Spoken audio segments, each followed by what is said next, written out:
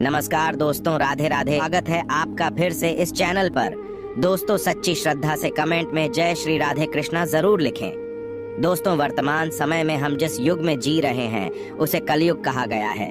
चारों युगों में कलयुग को श्रापित युग कहा गया है। धर्मशास्त्र में भी इस बात का वर्णन है कि जब कलयुग अपने चरम पर पहुंचेगा तब इस धरती से धर्म का नाश हो जाएगा और उस समय भगवान विष्णु कल्कि के रूप में इस धरती पर अवतरित होकर कलयुग का अंत करेंगे और पुनः धर्म युग की स्थापना करेंगे। पर क्या दोस्तों, आप सभी को पता है कि भगवान श्री कृष्ण ने महाभारत काल में बता दिया था कि आने वाला समय यानी कि कलयुग कैसा होगा। इतना ही नहीं, भगवान श्री कृष्ण ने कलयुग के 5 कड़वे सत्य भी बताए थे जो आज देखने को मिल रहे हैं। वह कौन से हैं 5 कड़वे सत्य? दोस्तों, यदि आप भी जानना चाहते हैं तो इस वीडियो के एंड तक बने रहेगा। और अगर अब तक इस चैनल को सब्सक्राइब नहीं किया है तो चैनल को सब्सक्राइब करके बेल आइकन को प्रेस कर लीजिए। तो चलिए बिना टाइम वेस्ट किए शुरू करते हैं। दोस्तों, महाभारत काल में जब पांडव युद्ध क्रीड़ा में अपना सब कुछ गवा देते हैं तब उन्हें वनवास जाना पड़ता है। वनवास जाने से पहले भगवान श्री कृष्ण से मिलते हैं और कहते हैं, हे भगवान, युद्ध क्रीड़ा में सब कुछ गवा देने के बाद हम 5 भाई द्रौपदी के साथ वनवास जा रहे हैं। लेकिन जाने से पहले हम यह जानना चाहते हैं कि आने वाला युग कलयुग कैसा होगा। उस समय के मनुष्य कैसे होंगे, लोगों के विचार कैसे होंगे और मोक्ष की प्राप्ति कैसे होगी। पांडवों के मुख से यह सारी बातें सुनकर भगवान श्री कृष्ण थोड़ी देर सोच विचार करते हैं और फिर पांडवों से कहते हैं, पहले आप सभी वन जाइए और वन में जो भी आपको जो कुछ भी दिखे वह आकर मुझे बताइए, तब मैं आप सभी को इन प्रश्नों का जवाब दूंगा। अब भगवान श्री कृष्ण के कहे अनुसार 5 भाई वन में चले गए और वन में जो कुछ भी उन्हें दिखाई दिया उसे देखकर वह हैरान हो गए। उन्हें अपनी आंखों पर विश्वास नहीं हो रहा था। कुछ समय बिताने के बाद वह सभी भगवान श्री कृष्ण के पास लौटते हैं। लेकिन इस बार पांडवों के मस्तक पर सिकंदा और वे किसी उलझन में पड़े नजर आ रहे थे। जब भगवान श्री कृष्ण ने उनकी ऐसी दशा देखी तो उनसे रहा नहीं गया और भगवान श्री कृष्ण ने कहा, आप सभी किस सोच विचार में मग्न हैं, हमें बताएं। अगर संभव होगा तो हम उसका समाधान अवश्य करेंगे। भगवान श्री कृष्ण के मुख से यह बात सुनकर पांडुपुत्र युधिष्ठिर ने हाथ जोड़कर उनसे कहा कि है माधव, हमारी शंका उन दृश्यों को लेकर है जो हमने वन में देखा। उनकी कल्पना हमने कभी सपने में भी नहीं की थी। तभी भगवान श्री कृष्ण कहते हैं कि आप सभी एक एक करके मुझे विस्तार से बताइए कि आपने वन में क्या देखा। इसमें सबसे पहले युधिष्ठिर कहते हैं, हे द्वारका नरेश, हम सभी 5 भाई वन में अलग अलग दिशाओं में भ्रमण के लिए निकल गए थे। जब मैं अकेला वन में भ्रमण रहा था तब मैंने 2 सुंड वाले हाथी को देखा। अब आप मेरी इस शंका को दूर कीजिए कि भला एक एक हाथी के 2 सूंड कैसे हो सकते हैं। अब अर्जुन की बारी होती है। अर्जुन बताते हैं कि उन्होंने एक ऐसे पक्षी को देखा जिसके पंखों पर वेद की रचनाएं लिखी हुई थीं और वह मुर्दे का मांस खा रहा था। अर्जुन के बाद भीम बताते हैं कि उन्होंने वन में एक ऐसी गाय को देखा जिसने अपने बछड़े को जन्म के बाद चाट रही थी कि उसके शरीर से खून आने लगता है। इसे देखकर मैं हैरान रह गया कि कोई माता अपने बच्चों के साथ ऐसा कैसे कर सकती है। अब भगवान श्री कृष्ण सहदेव से पूछते हैं कि सहदेव, तुमने वन में क्या देखा? तो सहदेव ने कहा कि मैंने एक जगह बहुत से कुएं को देखा जहां हैरानी की बात यह है कि आसपास के सभी कुएं में पानी था और बीच का कुआं खाली था। बीच का कुआं गहर भी है लेकिन फिर भी उसमें पानी नहीं है। ऐसा कैसे संभव है? अब नकुल आगे बताते हैं कि वे जब वन में भ्रमण कर रहे थे तब उसने एक बड़ी चट्टान पर्वत से लुढ़कते हुए देखा।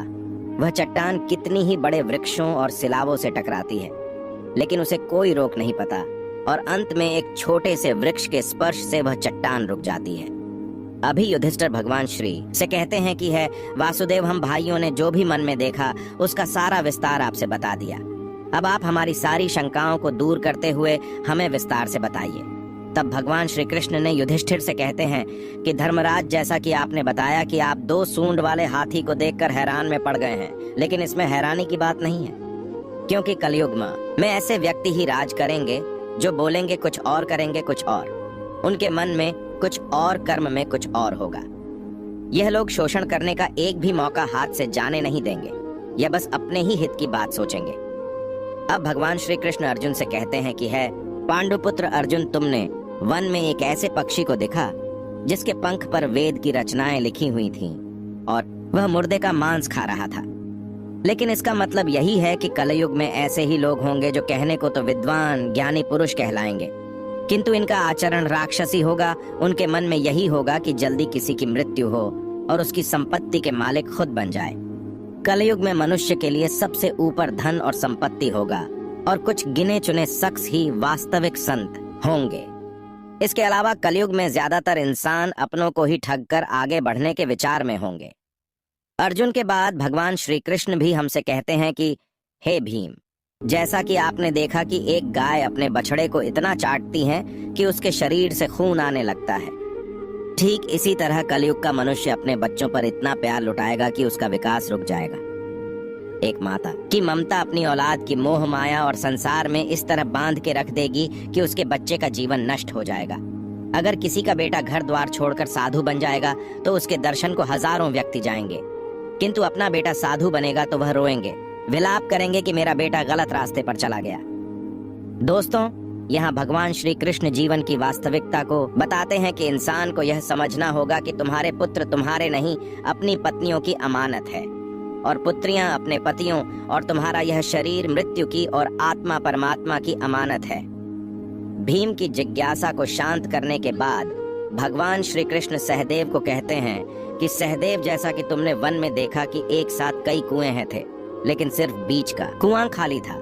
इसका मतलब यह है कि कल युग में धनी व्यक्ति अपनी मन की खुशी के लिए विवाह उत्सवों में धन खर्च करेंगे, लेकिन अपने आस पड़ोस किसी गरीब को देखकर उसकी मदद नहीं करेंगे, फिर चाहे वह गरीब उनका सगा ही क्यों ना हो। अपनी मौज मस्ती के लिए, खुद को खुश रखने के लिए वह शराब, कबाब और फैशन में पैसे उड़ाएंगे, लेकिन किसी के आंसू को पूछना अपना कर्तव्य नहीं समझेंगे। कलयुग में अन्न तो होगा और धनी लोग उसका उपभोग करेंगे, लेकिन गरीब व्यक्ति एक एक दाने के लिए तरसेंगे और ऐसे ही मर जाएंगे। भगवान श्री कृष्ण की यह सारी बातें सुनकर सहदेव थोड़े दुखी हो जाते हैं, लेकिन इस कटु सच के सामने वह क्या ही कर सकते थे।